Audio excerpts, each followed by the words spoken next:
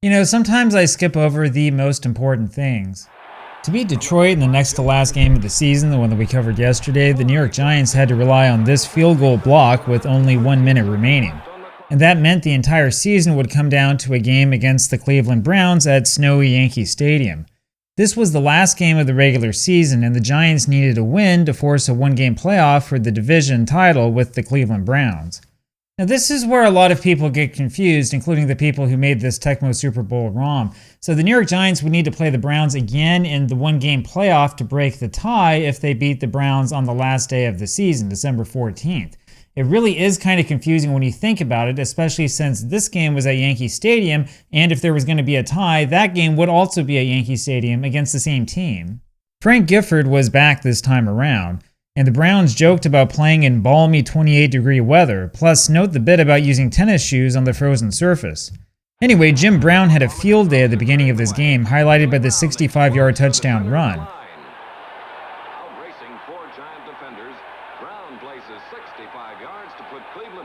But the weather and the turf got worse as this game went on. Pat Summerall scored a field goal for New York.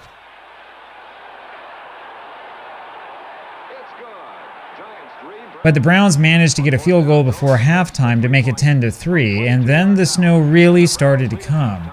Jim Brown was almost impossible to stop even on ice. In fact, Brown wound up running for almost 150 yards by himself as Cleveland tried to run out the clock.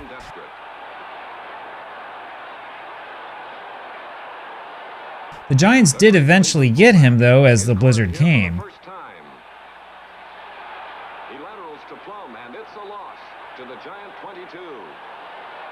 Cleveland tried for a fake field goal at the end of that drive, but the Browns were caught for a loss.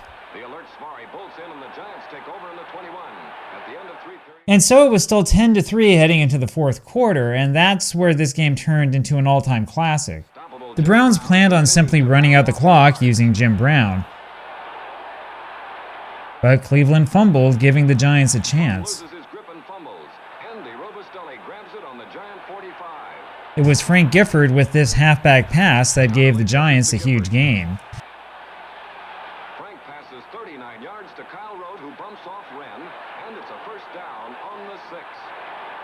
And then Gifford threw again after the same play call, making this a 10-10 game.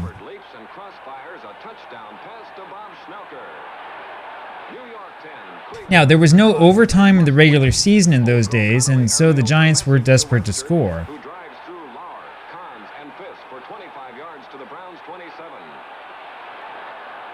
Summerall tried this field goal from the 33, but missed wide left.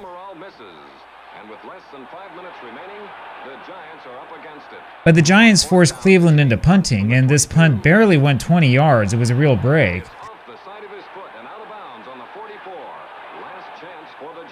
Alex Webster just couldn't get to this deep bomb on third down, and I feel like I've seen him do this in Tecmo Super Bowl. And that set up the big 49-yard field goal by Pat Summerall, the longest field goal of the season for anybody, and the biggest in Summerall's career. And so there was a tomorrow for the 1958 New York Giants after all. Well, I tell you guys what, we're not going to have to worry about any sort of tie with anybody because we have a completely different setup here and 8 teams make the playoffs. So we're in the playoffs. This series will continue. A little bit different than the Dream Team series on my basketball channel if you've been following that. And if you have, I feel really sorry for you. That one was a little bit ugly. So here we go with the 1958 Giants as they close out the regular season against the hated Cleveland Browns. It's been a great season so far for the Giants. So we'll take a look and we'll see the standings here, I think, before we play. The Giants 8-3. So this is similar to what they were in real life. In real life, they were 9-3. The Browns, if we can find them, Browns only 6-5. I'm pretty sure though that they are in the playoffs because Philadelphia and Chicago are not going to be there. It'll be the Steelers, the Browns, New York, and Washington almost certainly. Over in the West is going to be Baltimore. Probably both the Bears and the Packers, and then the Rams as well. Looks like San Francisco and Detroit are likely not going to be able to make it. So we're going to go ahead and play this game. This is written as regular season week 17, but this is actually the game for the 12th week of the season. I don't believe that there were any bye days back in 1958, so you didn't have any time to get your starters uninjured. You had to kind of go from one game to the next. It's kind of football the way it was meant to be, if you ask me.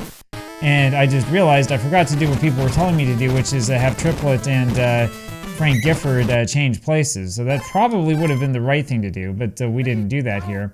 So now we're going to see if we really are up against it or not. And there's Gifford with the sort of creative run, since there was no hole there at all. We'll bring up 2nd and 5. Part of the problem here with this particular ROM is that it doesn't allow you to do these sort of changes in the middle of the game that you can do with some of the other ones, including that Canadian one that we were playing earlier. And boy, I tell you, all of a sudden the Browns look like they've really come to play. Believe it or not, I think we're actually going to punt here. So let's go ahead and punt and see if we can get on defense and have a little bit more success. Because that was not very successful on offense at all. Look at this, the length of that punt. And that was not one that was all the way over on the, what's it called, on the thing. So anyway, we end up ruining their chance there. That brings up 2nd down. Someone was telling me that we should choose Sam Huff here, and there he is. So we do choose Sam Huff, and then I go the wrong way, of course, and we end up giving all of that back up again, and I miss him. Yeah, let's go ahead and do that a little bit more today. Let's go ahead and go with Sam Huff. So we're going a little bit sort of backwards from custom. And that's Mitchell this time, not Brown. And he does score the touchdown, and that does it. So Bobby Mitchell gets the touchdown for the Browns, and we are down early. Remember, though, even a loss here, though, would mean we're doing worse than in real life. A loss is not the end of the world, because we're still the #1 ranked team in the Eastern Conference. So that would put us in the playoffs, so we definitely don't want to lose. But yeah, let's see if we can get ourselves woken up a little bit. The Browns defense is looking a lot better this time than they looked in the first game we played against them. I'm wondering if my record has something to do with it, if maybe there is a little bit of that sort of juice going on in the background, or maybe it's just sort of bad luck, I don't know. Maybe I'm just not having a great playing day today, that's always possible. Oh shoot. Oh, that was definitely my fault. So I scrolled past the receiver I wanted to grab and then tried to go back to him and wasn't able to get there in time. So there we go. We got brought up 3rd down and 8, which is kind of manageable.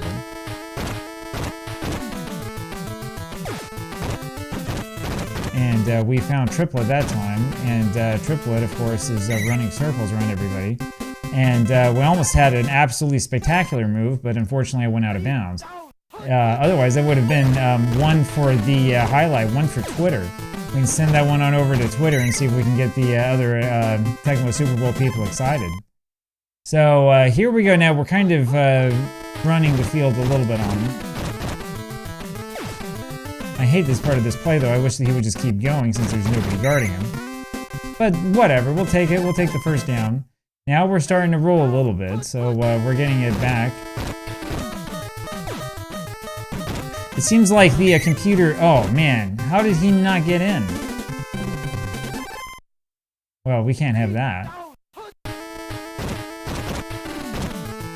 Nope, I don't mind if I do. I love that because we had it on basically the half-yard line. And so Connerly goes down around the bottom, and all he has to do is sort of tiptoe his way in, and nobody goes after him. And they're saying, oh, geez, wait, that's right. That's the quarterback. He has the ball.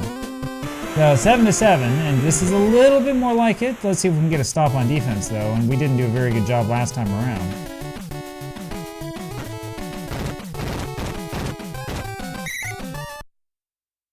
Alright, so I gotta get used here to grabbing this guy down here, so we'll do Sam Huff, and let's see if we can stop Jim Brown. We do. That'll bring up 2nd and 14, so we do a fairly good job there of stopping him.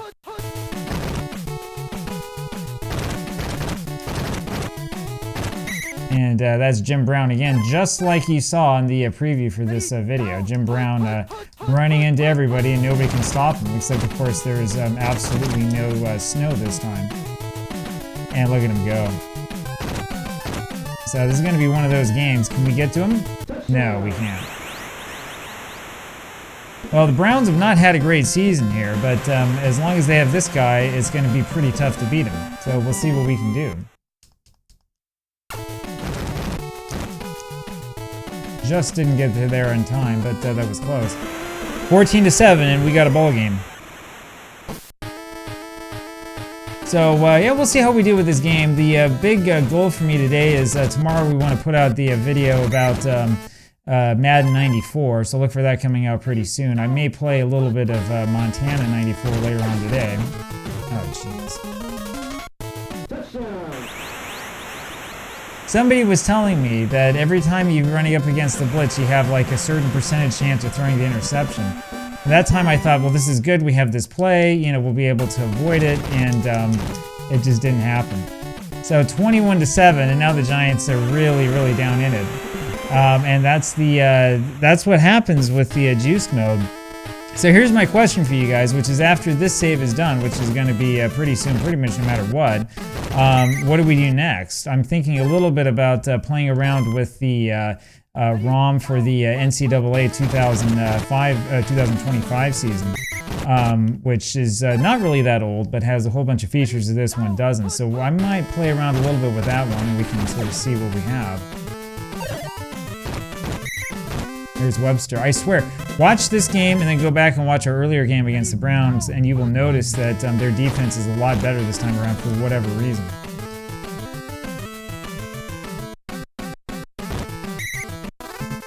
Nobody we could throw to, nobody was open, and we had guys running after us like crazy, so let's try it again.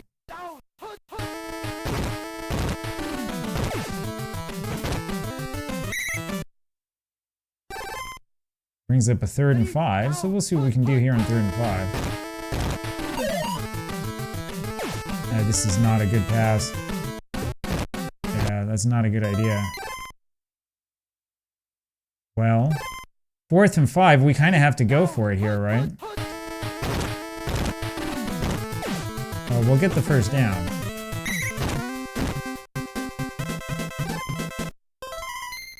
There we go. It's probably the worst timeout call in the history of the sport. I don't think we even needed to call it because I think that the clock had basically already stopped by then.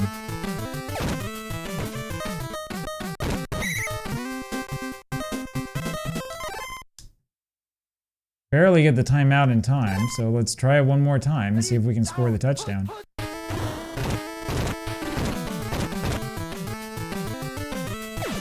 Have to go with the one guy that we have. He doesn't even catch the ball, and so we go to halftime down 21-7. So much for that. So I mean, we're doing okay here. I kind of wish it was snowing because then we might be able to stop their running game. This has been pretty bad, and it's been kind of awkward for the final game of the season. So we'll see what we can do after this. We did have the ball to start off the game. I was kind of hoping that we get the ball in the second half. I forgot already what happened. For some reason, it feels to me like the kickoffs are going a little bit further here now that we're at this game. And Mitchell, if he's injured, this is going to be really good for us. Bobby Mitchell out of this game. That might give us a little bit of a chance.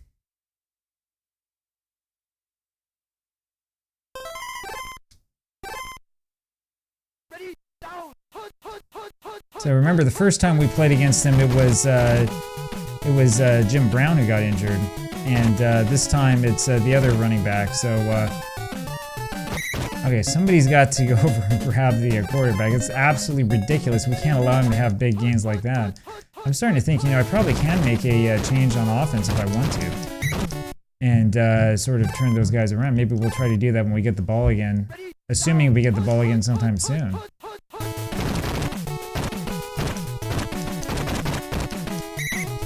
Yeah, Carpenter doesn't have quite the same speed that Mitchell has.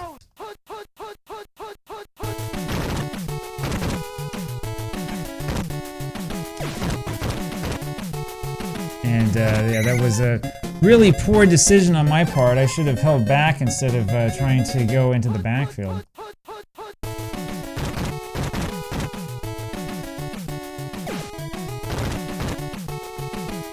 And I'm not sure exactly who that pass was intended for, but of course there's no intentional grounding in this game. There are no flags that come out. It's just a simple game of football. That's all that there is to it. None of that complicated fancy stuff. There we go. I'm not sure why the controller, I think it wasn't reading that I was pushing left. We get the sack anyway, so that brings up a field goal, I think. Yeah, they're going to try it. It's going to be a long field goal.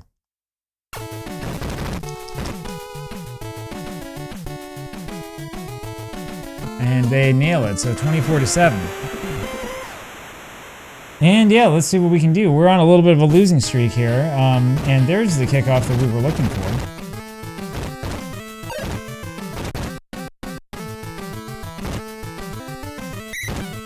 And we almost broke that one wide open. All right, we want to do a little change here. And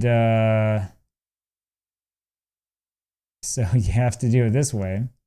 There we go, and let's see what we can do.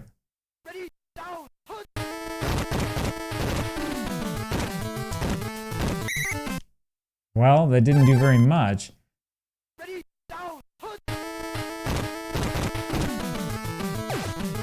Oh, geez, that's an awful pass, man. All right, we may have to put Heinrich in. I was threatening to do that, I think it was last game. I didn't do it in the end.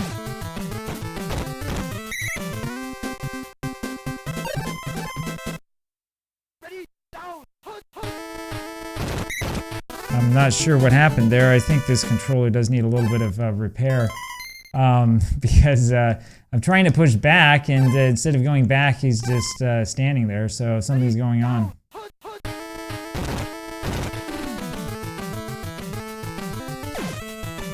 Well, that definitely didn't work. That was pretty ill-advised.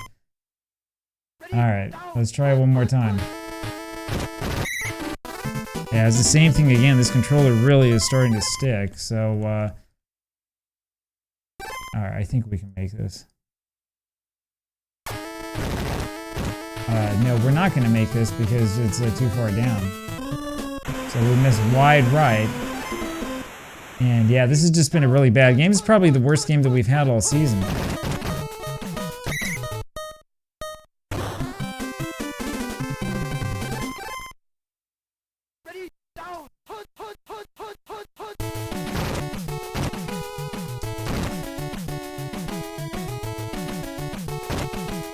This is definitely the worst game that we've had all season. Jim Brown with the big touchdown run, and this is lights out for us. I'm not sure what else we can do here. So I've complained on other videos about this controller sticking with the directional pad, but it's definitely worse in this game than it's been in any other game I've been playing. This is this 8BitDo SN30 Pro.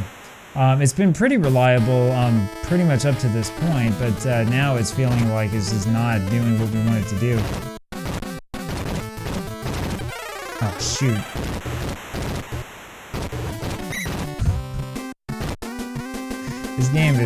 This game is definitely over. So this is going to ruin a lot of our season stats, that's for sure.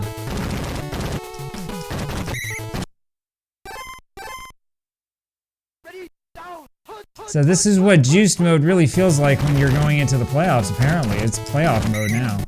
Although this is not a playoff game, this is the final regular season game. Wondering if Cleveland might have had like some other injury I didn't know about or something like that. I don't know, but for whatever reason, they were a lot easier last time we faced them, and this time it's been really, really rough.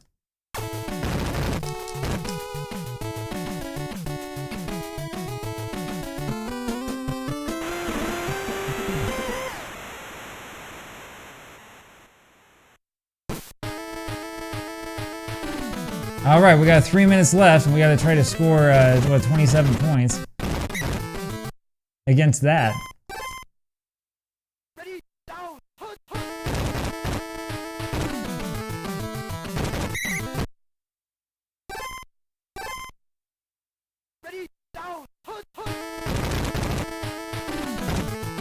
There we go. There we go. Gotta do a couple of those fancy moves. I think that part of the problem might have been me calling too many passing plays here in a row.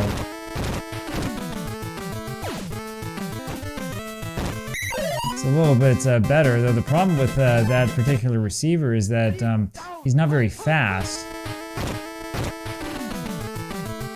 Hasn't been much of a problem before because Alex Webster was always open.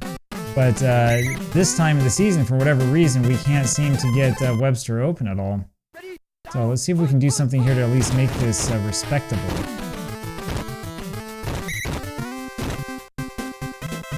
And yeah, whoever said to switch Gifford and Triplett was absolutely right. That was a very, very wise decision. Because it's been a lot easier this way. So Mel Triplett with the touchdown, and that puts us behind now only by 21, soon to be 20, I hope. We might have to meet Cleveland again in the playoffs, which is exactly what the New York Giants had to do. Oh, this is really bad onside kick.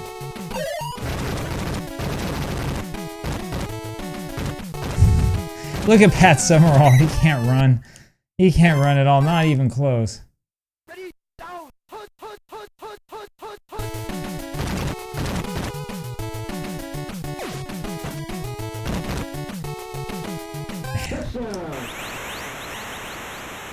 Well, that was pretty bad. We had two guys who were wide open, and I went for the deep one, and that left the shallow one wide open, and that was all she wrote. This is the, oh, did we tackle him? How does he still make the kick? I was right on top of him. 41 points is the most points that we've given up all season. This is feeling a little bit more like playing with Ottawa. Alright, let's go for all the marbles. We want to try to at least score some points here.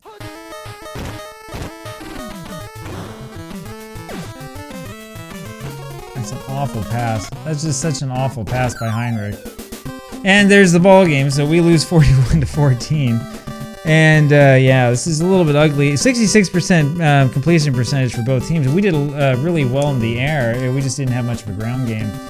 They had 273 yards on the ground, and Jim Brown had 154. That's actually pretty realistic, right? We were just saying he had 148 in this game in real life. So, you know, that's not really all that bad. Anyway, the New York Giants end up being the division champs. We knew that that was going to happen. And so we get the #1 seed, which is, I believe, the important part for us. So do the Pittsburgh Steelers. We'll go ahead and go through this and see who else winds up moving on. The NFL in 1958 would have been a lot different if it had this type of playoff structure. Because, you know, the 58 Steelers, the 58 Eagles, for example, these are teams that you think of as mostly like not being extraordinarily competitive teams, right?